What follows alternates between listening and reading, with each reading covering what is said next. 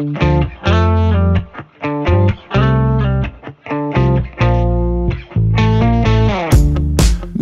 in action left me in LA. With her it's magic till she runs away. Hard as I try, I've gotten really good at saying goodbye to Mrs. Hollywood. She don't know what she does, the movies aren't enough, cause they don't make them about us. No. I'm just dancing with luck, or has she moved out of love? Maybe I'm being too much. She's always MIA, way out in California. What can I say?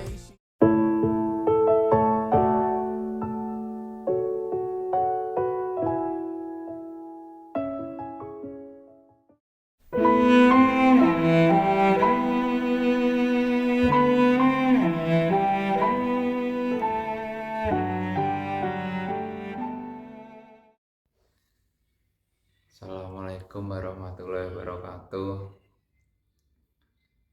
Ini ya tanggal 8 Juli 2024 sekitar jam setengah 10-an.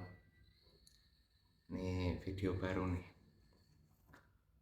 Nggak tahu, cuman tetap nggak tahu kapan tayangnya ya, nanti nunggu waktunya buat ngedit dulu, sama waktunya buat upload, sama nanti wifi gratisannya di mana.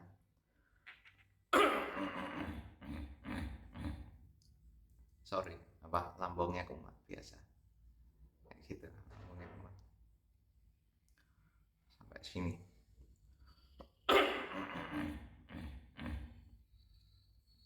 Sorry juga kalau ada background kayak suara lagu-lagu gitu.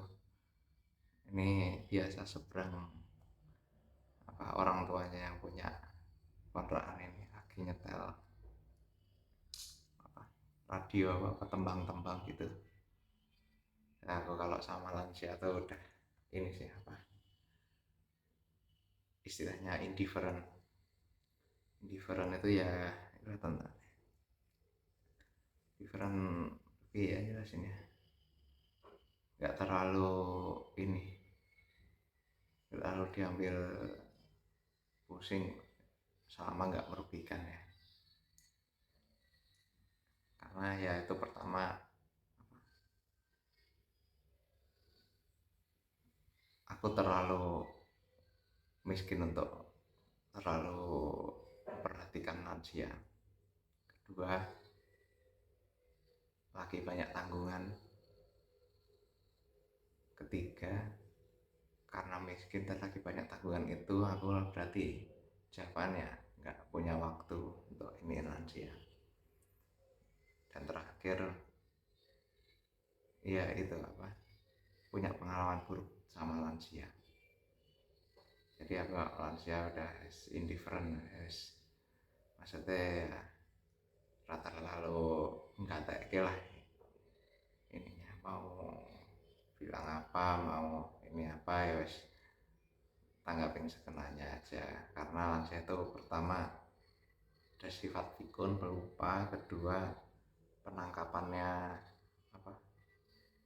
juga terbatas, mencerna, menangkap satu pikiran apa yang kita bilang itu juga terbatas, dan ujung-ujungnya terlupa pikir lagi. Terus sama ini lansia itu pola pikirnya susah berubah, dia udah susah menerima hal-hal baru yang nggak sesuai sama pengalaman dia atau yang pernah dialami gitu.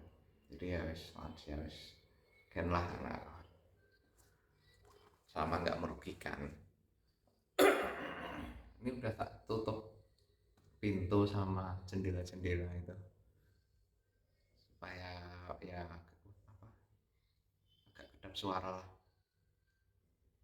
supaya suaraku terdengar jelas di situ.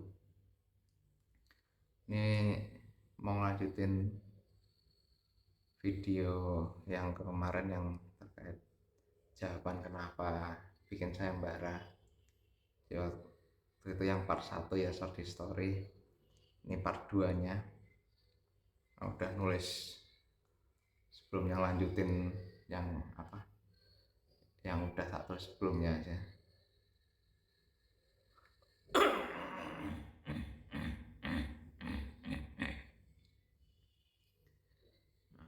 Ini part 2 ini mau bahas untuk mengetahui kenapa bikin sayembara tak tolong itu. Pertama harus dibahas di part 2 ini kenapa jarang atau bahkan nggak pernah minta tolong terkait kesusahan atau masalah. Nah, itu tak jawab di sini. Ini berapa menit ya? Ini udah 4,5 menit. Mungkin kalau nggak terlalu besar nanti terlalu lama durasinya, ntar jadiin part lagi yang berikutnya, karena itu tadi ya terbatas ininya uploadnya kan lama kalau otomatis filenya besar. Terus untuk nyari wifi gratisnya juga kalau yang kan harus yang cari yang cepet, terus yang bisa lama yang ditungguinnya semakin lemot wifi kan nunggunya harus semakin lama, waste time di situ. Terus sama ngeditnya kalau lama juga lama, sama yang terakhir memori HP ku ntar kepenuhan.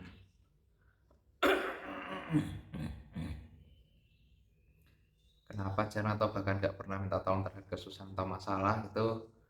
Yang pertama adalah ajaran ex ortu dari kecil, dididik seperti itu. Jadi yang aku perhatikan adalah ex ortu jarang atau nggak pernah minta tolong ke orang lain. Itu entah karena gengsi atau reputasi dan lain-lain. Kok terakhir tuh malah info aku nanti kalau minta tolong ke kenalan saudara diketawain masa Pak Darman minta tolong gitu.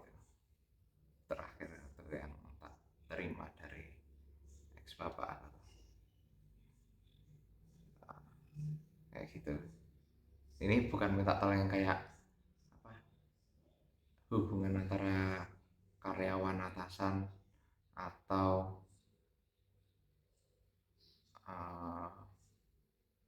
kayak gini. Nah, ngasih undangannya nih, ngasih undangan tolong datang ke nikahan lu ya, bukan kayak gitu ya. Ini yang minta tolong yang benar-benar dirinya sendiri tuh nggak bisa menghandle, makanya perlu bantuan dari orang lain. Bukan yang kayak tolong tadi among tamu nih mantenanku ya, kayak gitu juga bukan. Jadi ini atau yang kayak di kerjaan tuh yang kayak tolong kerjain ini ya, yang kerjain yang ini dulu ya, yang itu nanti dulu, bukan ya kayak gitu. Pokoknya ini yang bener-bener sebenarnya nggak berdaya terus minta tolong gitu loh, paham nggak? Contohnya yang sering di alami itu ngurusi kerjaan rumah ex ibu gitu, kesel ngene ngono, kesel ngene ngono, lara munggah mudun ngurusi iki iku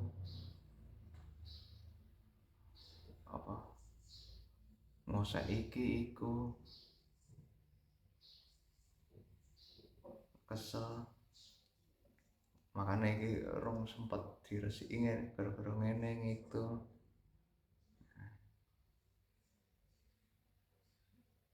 Kenapa nggak minta tolong? Minta tolong aja, entah dibantu apa enggak, yang penting minta tolong gitu kan. Aku rasa dikon mbak wangi, nek kurang kan bisa contohnya sewa ART biayanya misalnya nggak ada, ya minta tolong. ART nggak ada yang bisa dipercaya, ya udah yang bisa dipercaya aja minta tolong kan, gitu. Contohnya kayak gitu. Jadi apa, ini untuk minta tolong itu emang ajaran ekstrovert tuh dari kecil kayak gitu, nggak pernah minta tolong mereka. Jadi aku juga dari dulu sebenarnya bingung, ini aku eksortuku tuh mampu apa enggak gitu. Kok urusan-urusan yang kelihatan pinggir sepele nggak mampu, urusan yang lain kayak bantu si A si B, ngutangi si A si B mampu, bingung aku. Itu makanya aku dulu sempet, aku tuh nggak mau membebani eksortuku kayak finansial, golek dhewe ra gelem, aku kayak ra gelem, ra perlu bantuan, wis ra perlu, golek dhewe dari eksortu ra perlu.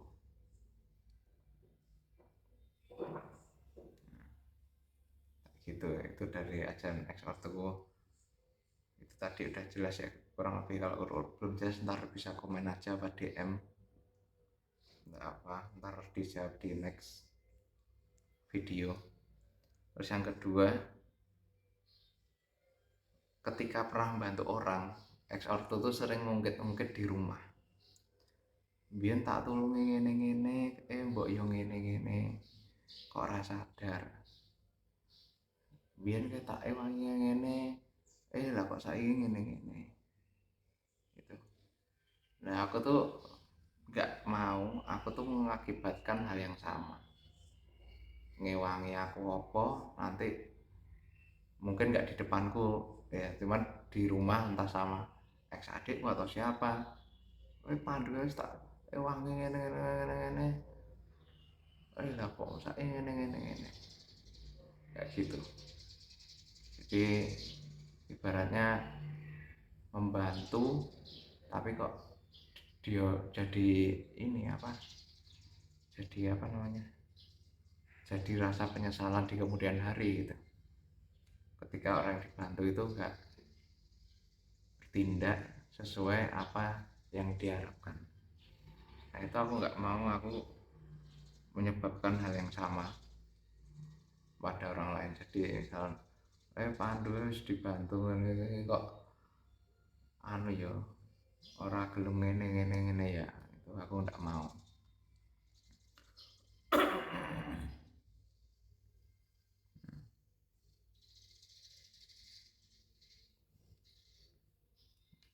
Bisa dulu tuh apa, tak bantu biar pas metong tak bantu ngene ngene, lahiran tak bantu ngene ngene, oh saiki ngene ngene kayak aku biasanya tuh kartu.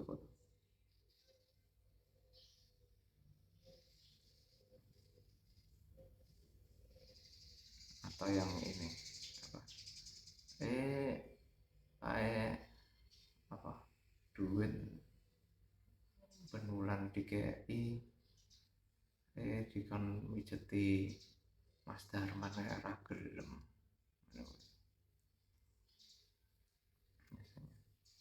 Mayoritas ex ibuku sih yang suka kayak gini.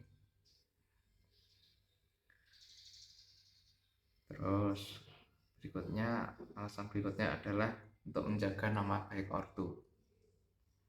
Itu aku tuh sebagai anak pertama, aku nggak tahu adikku merasakan hal sama atau enggak. Aku menyadari sebagai anak pertama, itu aku punya kesadaran apa tuntutan tinggi agar nama baik ortu itu terjaga. Biar enggak nanti kok anaknya Pak Darman kayak gini, ya anaknya kok gini ya, itu. Ini tahun lalu pun aku diam, nggak minta tolong. Walaupun disakitin satu sendiri, ya aku masih, ya mungkin kebiasaan, bilang aja kebiasaan untuk menjaga nama baik. dulu aku diem makanya.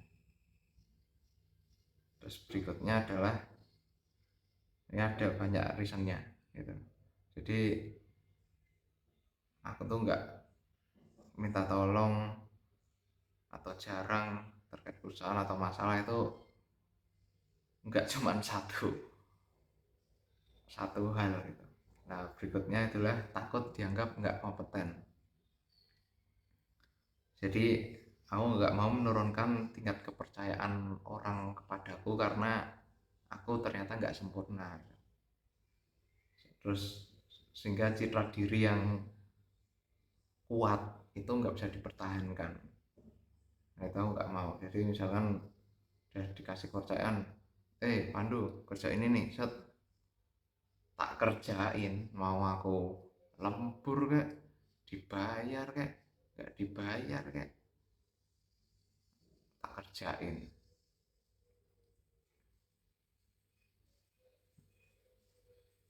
Supaya apa, ini maksudnya kerjaan yang dikasih kerjaan itu ya yang udah diketahui sebelumnya bahwa itu akan lembur atau melebihi jam lembur. Nah itu aku siap pak kerjakan. Kalau enggak ntar wah ini kasih kerjaan gini nggak kompeten nggak bisa nih gimana gitu. Nih contohnya kayak gitu.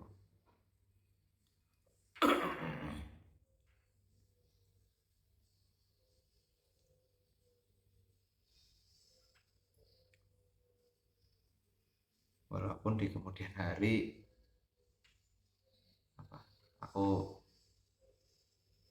ini konteksnya beda ya, di kemudian aku berakhirnya berani bilang aduh pak nggak bisa pak gini-gini, itu lain ya, nanti dibahas di lain kesempatan. Ini kan konteksnya kenapa aku nggak minta bantuan tak tantangi dewe istilah gitu, nggak kayak nggak. Terus aku juga bukan yang kayak pak ini dikit-dikit pak ini gimana pak ini pak ini gimana pak ini tak temukan sendiri ini errornya kayak gimana, tak pelajari sendiri, tak cari solusinya sendiri. Kayak gitu.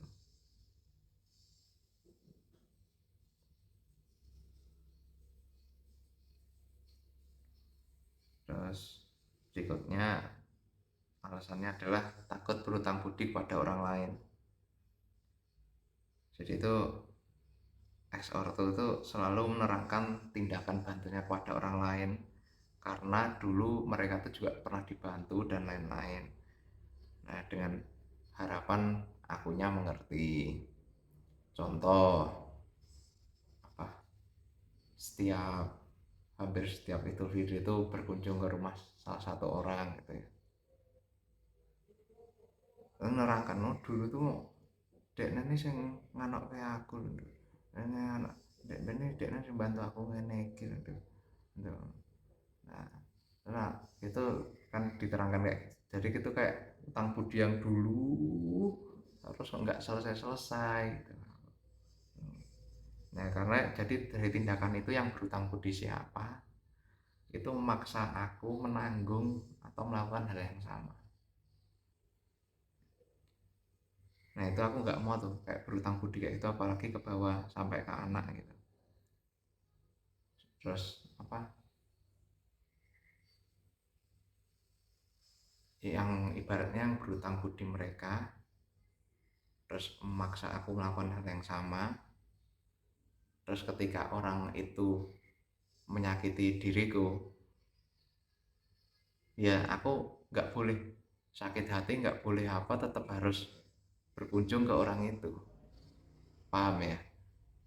Karena ya orang tua aku terus kan ada utang budi itu, mau nggak mau aku harus apa ngikuti mereka, itu aku nggak mau.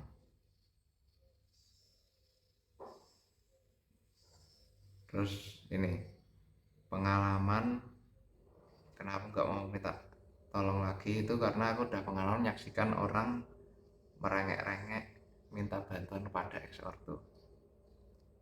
Begitu mudahnya dan seringnya orang itu merengek-rengek ke ex ortu. Padahal orang yang perlu bantuan itu masih bisa melakukan hal-hal kesukaannya, jadi belum dalam kondisi terhimpit beneran gitu. Kalau orang terhimpit beneran kan melakukan hal-hal yang menjadi kesukaannya udah nggak bisa atau sangat minim gitu. Contoh, orang masih bisa ngerokok, ngalor ngidul, sabung ayam, main game, nongkrong ngalor ngidul sama temen-temennya, terus masih bisa wisata ke sana ke sini.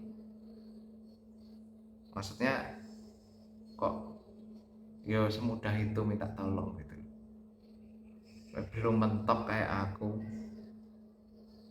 ke rumah sakit, ibaratnya belum pernah tuh masuk rumah sakit gara-gara kerja, banyakan kerja kayak aku. Tahun lalu pun aku masuk rumah sakit itu, tapi aku nggak minta tolong ke kalian-kalian ya. Diopnam seminggu tuh aku tahun lalu. Sehingga ortu ini yang ternyata setelah tak pelajari itu sebenarnya di mereka tuh nggak mampu alias kesusahan nyari duitnya, mati-matian, capek, sakit sampai nggak sholat, nggak puasa. Nah itu aku nggak mau menyebabkan hal yang sama kayak gitu ke orang lain, dan aku tuh muak melihat orang kayak gitu dan bertekad nggak mau jadi orang kayak gitu. Ngapain sih ngerengek-rengek gitu loh. Mas, utang mas, iki bayar iki mas, iki bojoku ngene mas, anakku ngene mas. Apa biasanya, Pak Darman tolong begini Pak Darman, saya Pak Darman. Apa ngene tante Ana tolong gini ya. Nah itu aku terus. Nah berikutnya kenapa nggak minta tolong, mungkin apa, aku tuh punya trust issue karena inferiority complex. Jadi tuh aku tuh dulu waktu di Depok, kalian ini nggak ada yang tahu ini, aku dulu pernah periksa waktu aku kesusahan kuliah itu. Tahu nggak, setiap kali di masa itu waktu aku kesusahan kuliah terdapat itu, aku mau masuk kuliah aja, mau ketemu temen-temen, mau ketemu orang lain, mau ketemu dosen itu susah banget. Badan bergetar, keringat dingin, terus sakit perut, akhirnya nggak masuk kuliah. Itu di diagnosa aku ke psikolog, itu menderita inferiority complex. Karena dan itu masih sebenarnya masih kebawa sampai ke sini ya, walaupun aku udah berusaha berjuang untuk melawannya, kan walau sedikit itu masih kebawa ke sini. Jadi karena lulus telat, miskin dan lain-lain, jadi minder ke orang. Dulu ngapel ke rumahnya istri aja padahal udah kerja ya dulu. Rumahnya istri dulu mau ngapel itu, mau ketemu orang tuanya tuh takut aku, minder. Udah di Bojonegoro padahal aku udah di hotel tuh. Langsung badannya sakit langsung ini tepar. Padahal aku tuh udah kerja dan apa, udah punya penghasilan yang lumayan lah, tapi aku masih merasa minder gitu sama apa, orang tuanya istriku, takut ditolak segala macem, takut digimanain, wah kok sampai ternyata kurang kaya ya apa gimana.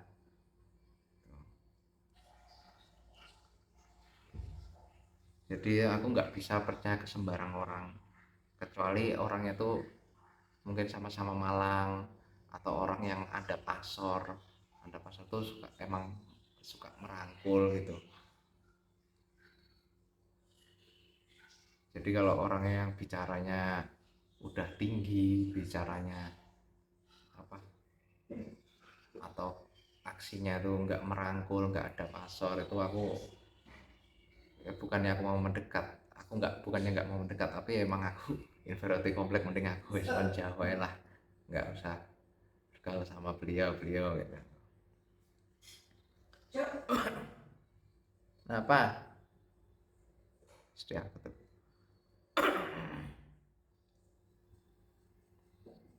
Terus, nah yang terakhir, reason terakhir itu aku mau jadi orang yang kuat, mandiri, dan gak bergantung pada orang lain. Karena di situ aku merasakan kebebasan bertindak, terus berbuat tanpa ada beban pikiran ataupun rasa bersalah. Kalau aku menerima uang atau dari ex ortu aku ada beban pikiran, aku harus berbakti. Beban pikiran bagaimana menyelamatkan mereka di dunia dan di akhirat. Mereka nggak sholat, aku kepikiran, aku nerima duitnya. Mereka nggak puasa, aku kepikiran, merasa bersalah gara-gara untuk uang yang aku terima ini, dengan mereka bekerja sampai nggak puasa, merasa bersalah. Jadi menjadi orang kuat, mandiri, nggak bergantung pada orang lain tuh cita-citaku.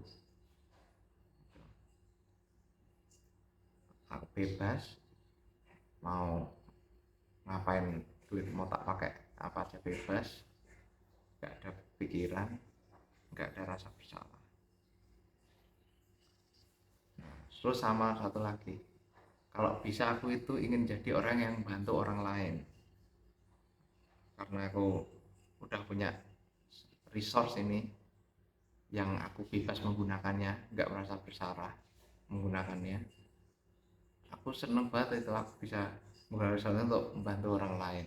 Ya, tak wangi apa, tenaga, waktu, duit, pikiran, ya, ya, ya, tak wangi lembur, ya, di sing angel di, oh, ki carane ngene iki lho sing luwih cepet, ki carane ngene iki lho, nyak resource aku.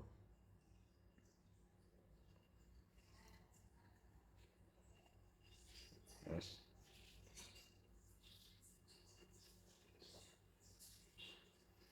nah di situ pertama bisa membantu orang itu aku senang menjadi suatu bagian dari komunitas aku yang punya inferiority complex ini, punya resource itu, jadi bisa bermanfaat, satu seneng mendapat pahala ya. Itu kayak aku ibaratnya tuh kayak haji gitu, orang yang mampu mempunyai kesempatan untuk berhaji dan pahala. Dan orang, yaitu aku orang, kalau aku pas mampu punya kesempatan untuk membantu orang lain dan pahala gitu. Jadi dengan kemampuan itu memudahkanku untuk menambah jalan mencari pahala.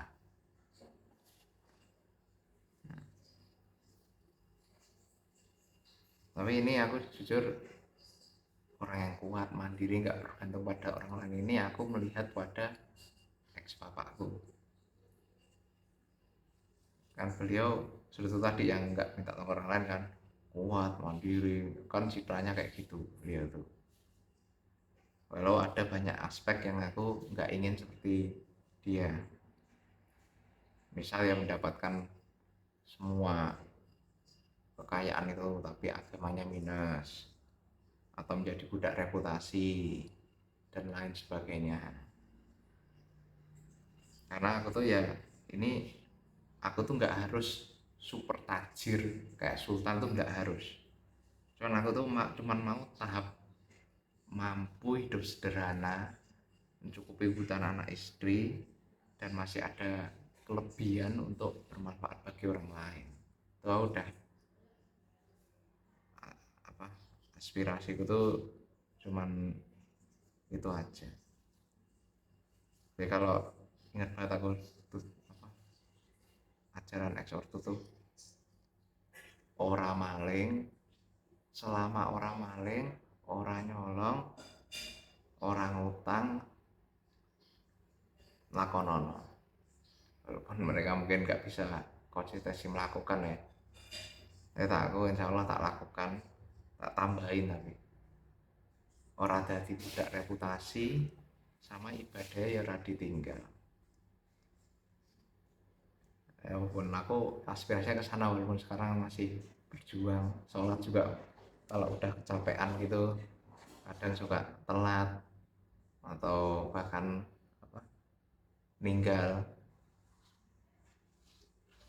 Tadi malam nih aku jujur aku isaknya nggak menjalankan, lewat. Aku kemarin tuh pusing, ada suatu problema pusing, nanti dicerita di video lain, pusing, capek, mau pikir sayang uangnya, tak pikir pakai kanker pen, minyak kampak, itu udah sembuh, ternyata masih kurang, akhirnya minum obat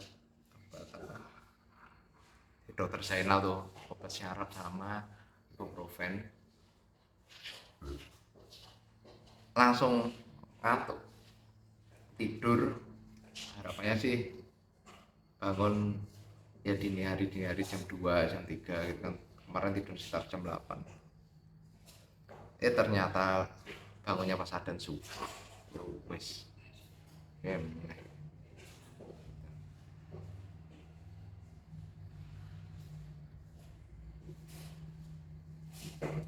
jadi ya nggak tahu ya, aku kan takdir aku udah berusaha supaya tetap menjalankan ibadah, aku waras ke awak itu tadi, usaha-usaha tadi, cuman ini kehendak Allah, kehendak lain kan di luar kuasaku.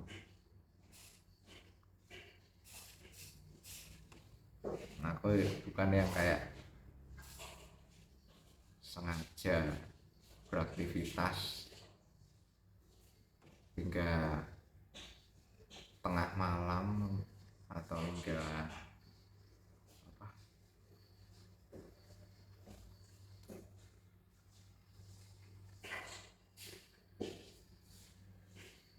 hingga aku sakit, hingga aku ini nggak mampu untuk reputasi untuk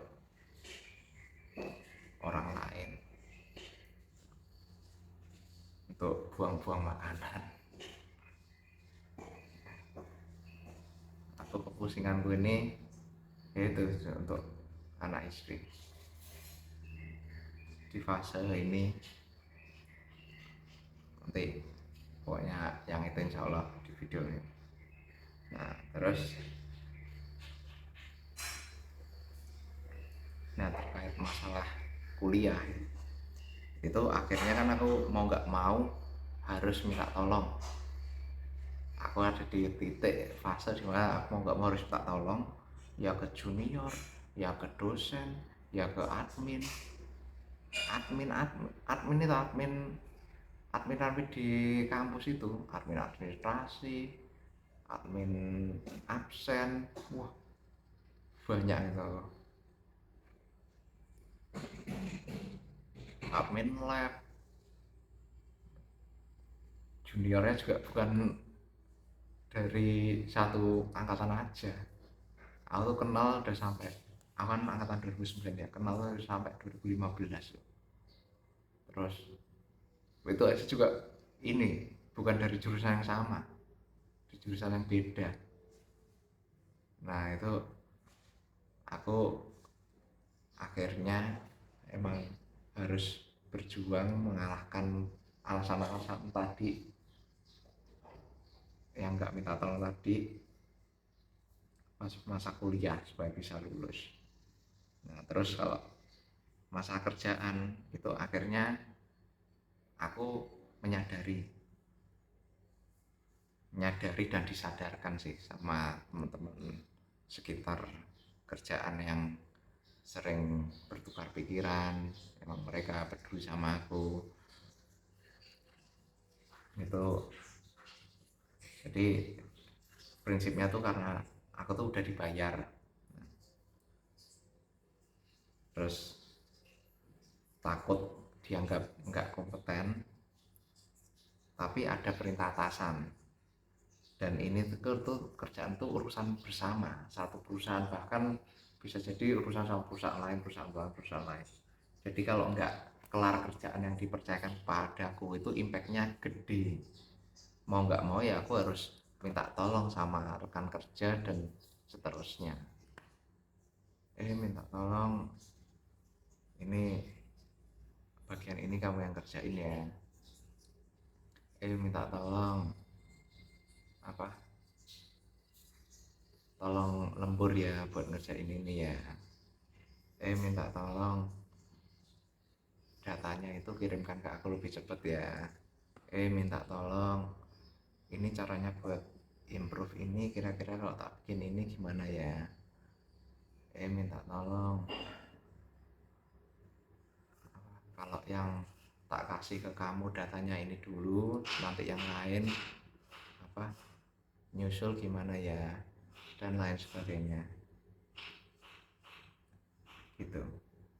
Oke, ini udah 35 menit, buset, lebih panjang daripada video yang kemarin ya. Ya udah tak akhiri dulu, berikutnya mungkin part 3 itu apa ini, part 3 nih, apa pandanganku terkait membantu orang lain. Kan tadi terkait minta tolong, kadang terkait membantu orang lain, pandanganku itu di part 3. Oke, sekian video kali ini. Terus lagi masak, udah waktunya makan siang. Aku makan siangnya tuh biasanya sebelum zuhur, setengah 11-an, biar leluhurnya nggak telat, terus nggak kelaparan pas zuhur.